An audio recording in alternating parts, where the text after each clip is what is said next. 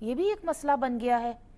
کہیں نہ کہیں مسئلہ تو بن گیا ہے نا. اگر وہ کچھ روایات ثقافت کے کچھ معاملات کو ساتھ لے کر چل بھی رہی ہیں, لیکن دیکھیں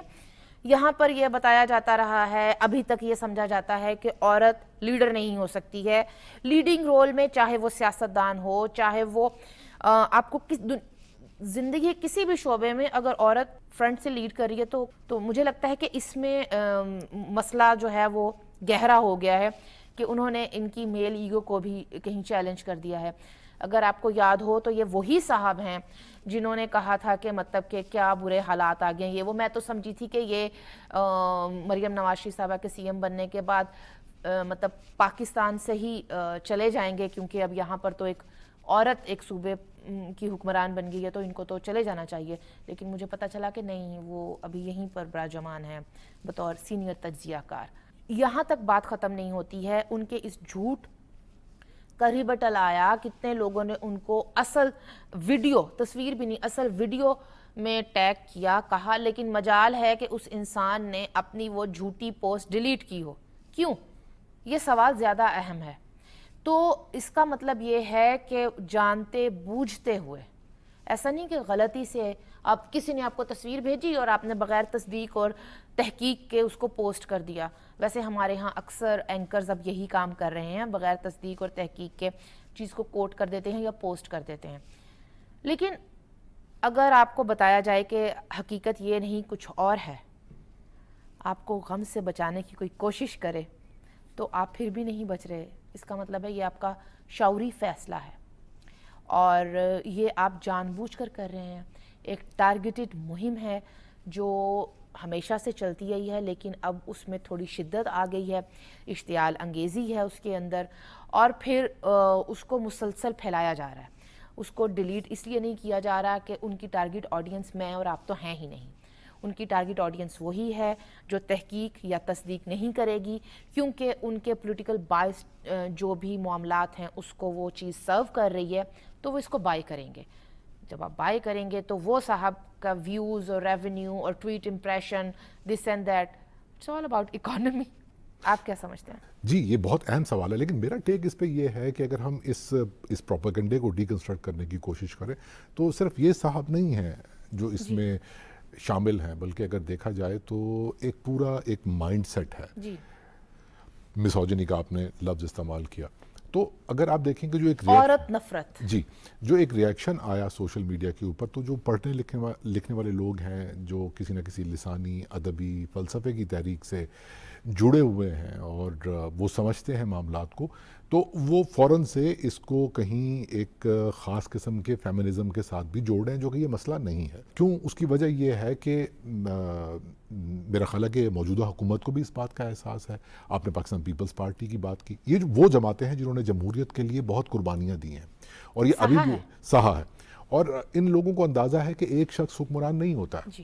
ایک بندے کی یا ایک عورت کی مائنڈ سیٹ حکمران ہوتا ہے. ٹھیک ہے, اور نہیں مائنڈ سیٹ نہیں, میں یہ نہیں کہہ رہا. میرے کہنے کا مطلب یہ ہے کہ پوری پارٹی, عوام, ووٹرز, تمام لوگ, اس وقت دو بڑی جماعتیں جن کا ایک بہت بڑا ووٹ بینک ہے, ان کے سٹیکس ہیں, ان کی رضامندی کے ساتھ, اور کولیشن نہ بھی صحیح لیکن ایک بڑا کنسنسس ہے کسی ایک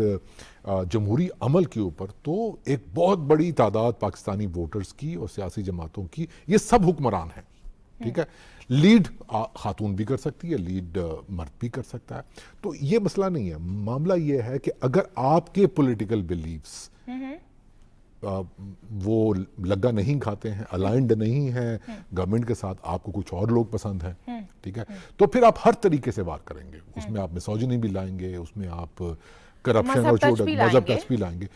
میرا خیال ہے اس حوالے سے بھی ہمیں دیکھنے کی ضرورت ہے. جی ہاں, بالکل اس حوالے سے دیکھنے کی ضرورت ہے. یہ جس ہم معاملے کی بات کر رہے ہیں اس کے اندر پھر بحث میں یہ بھی شامل ہو گیا کہ یہ تو عمرہ کرنے گئے تھے تو یہ میٹنگ میں کیوں بیٹھے ہوئے ہیں. بھائی انویسٹمنٹ بھی تو آ رہی ہے,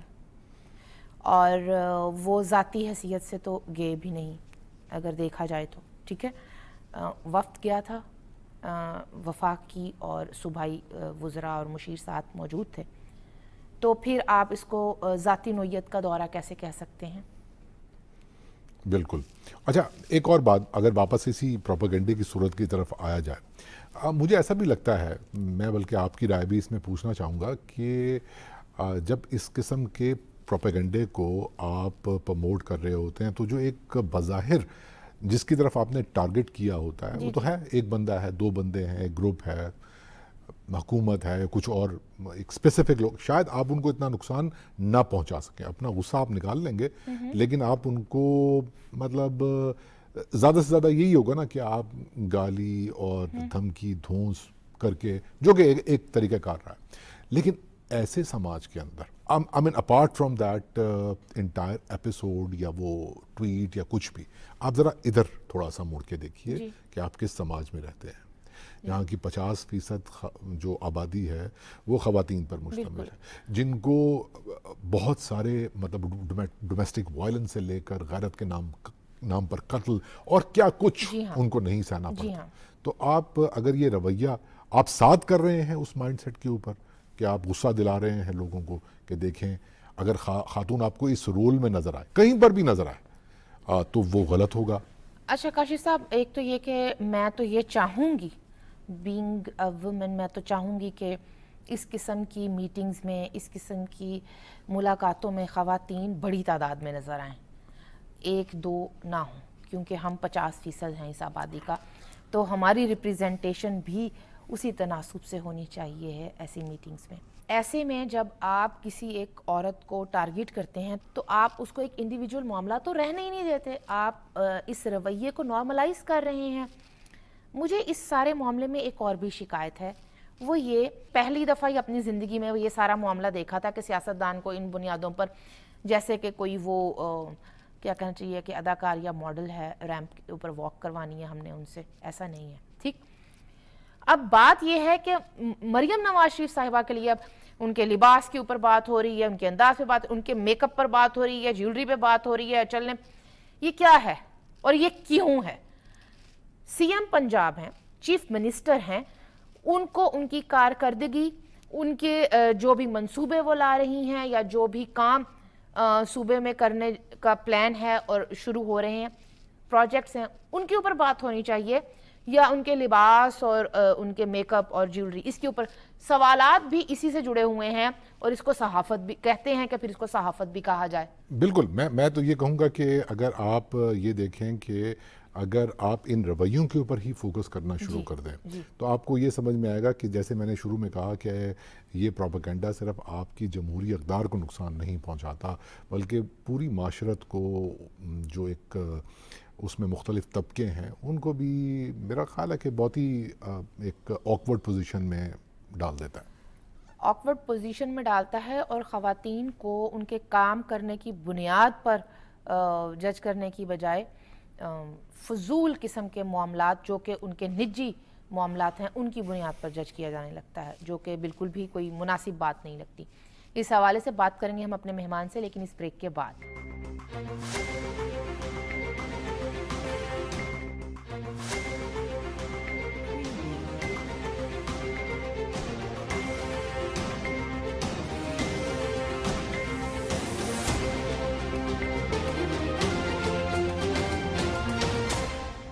ویلکم بیک. اور بریک پر جانے سے پہلے آج ہم بات کر رہے تھے ایک ایسی سوچ کی جو صرف عورت دشمن نہیں ہے, بلکہ اس کے اندر بہت سارے دیگر معاملات بھی آتے ہیں جو سماج کو مزید ریگریسو بنا رہے ہیں.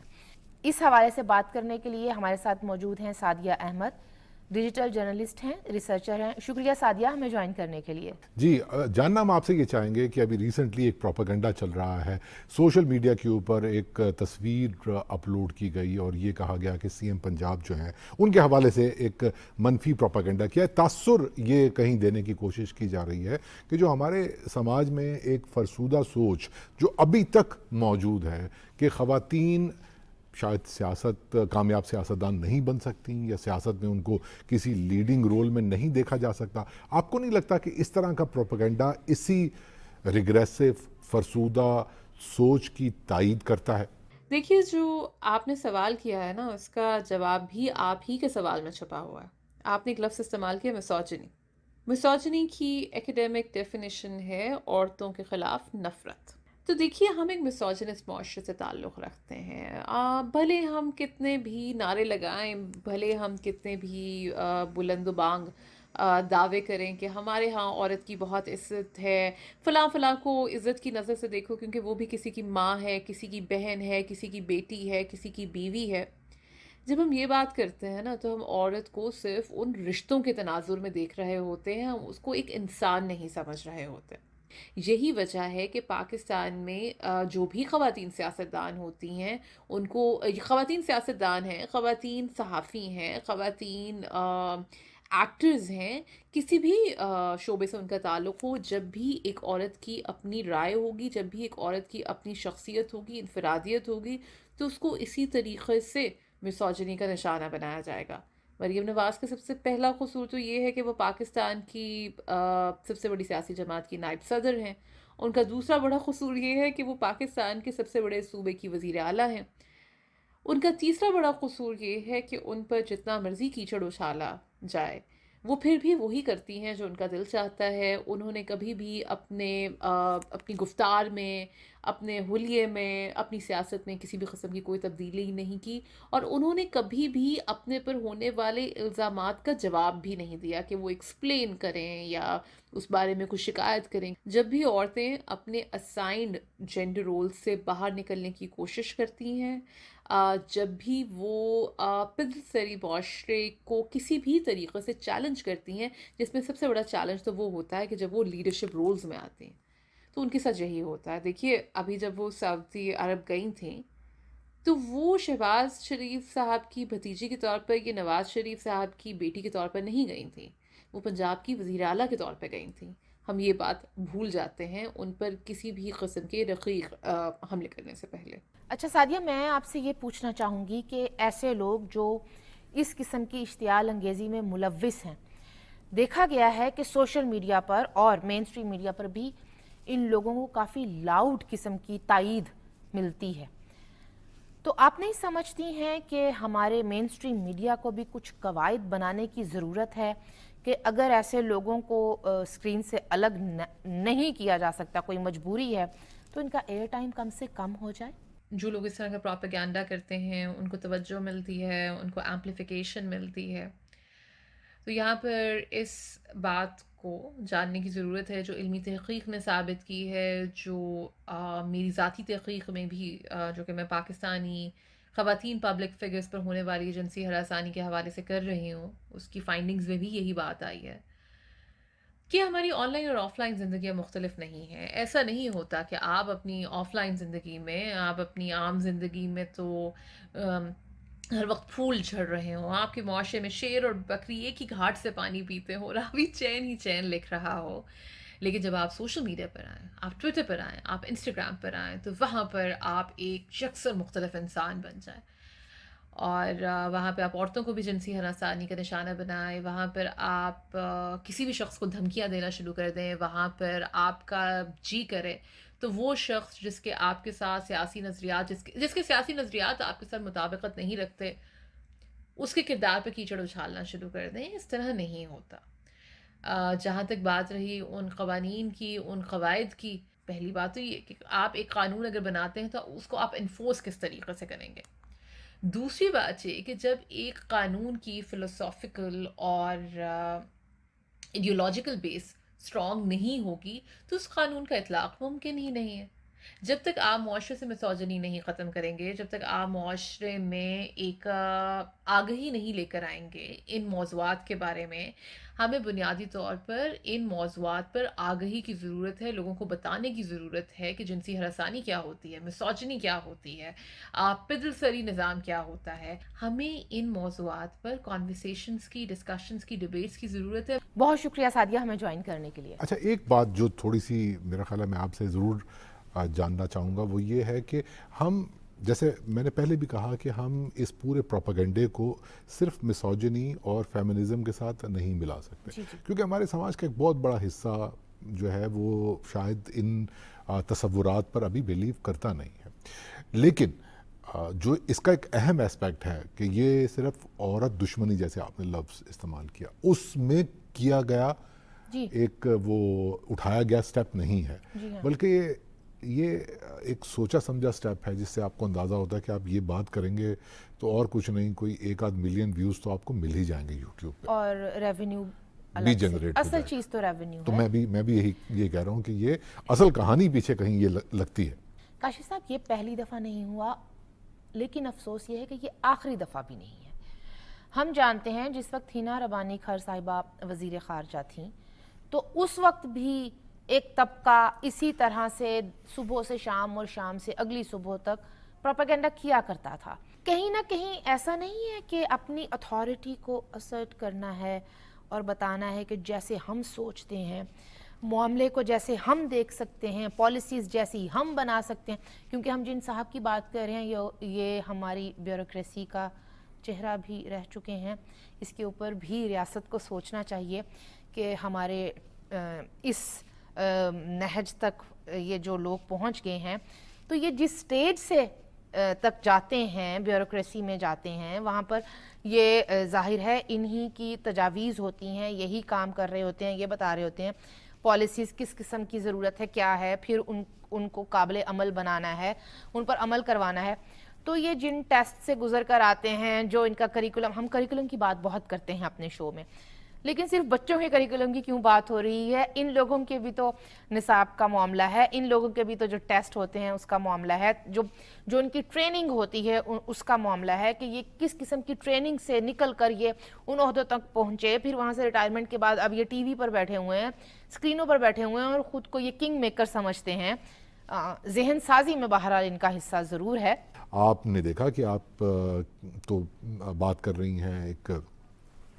سول سروس کی، ہمارے ہاں تو وزیر اعظم بھی بنے ایک ایسے صاحب جی جو کھلم مسوجنی فرماتے تھے. تو یہ ایک بہت ہی میں سمجھتا ہوں کہ یہ سمپل معاملہ نہیں ہے، اس میں بہت ساری گفتگو کرنے کی ضرورت ہے، اس کی مختلف پرتوں کو کھولنے کی ضرورت ہے، یہ سمجھنے کی ضرورت ہے کہ ہم ایسے پروپیگنڈے سے خود کو بچانے کے لیے کیسے آمادہ ہو سکتے ہیں، ان تمام منفی ریگریسو رویوں سے کیسے اپنی جان چھڑوا سکتے ہیں، ایوالو ہو سکتے ہیں. اور ظاہر سی بات ہے کہ یہ باتیں باتوں سے ہی ممکن ہوتی ہے، تو اسی لیے ہم بات کرتے رہتے ہیں. لیکن پھر ہمارے پروگرام کا وقت اب ختم ہوا جاتا ہے. اگلے پروگرام میں ایسے ہی کسی ٹاپک پر مزید گفتگو کریں گے. بٹ ٹل دین اپنے میزبان کاشف بلوچ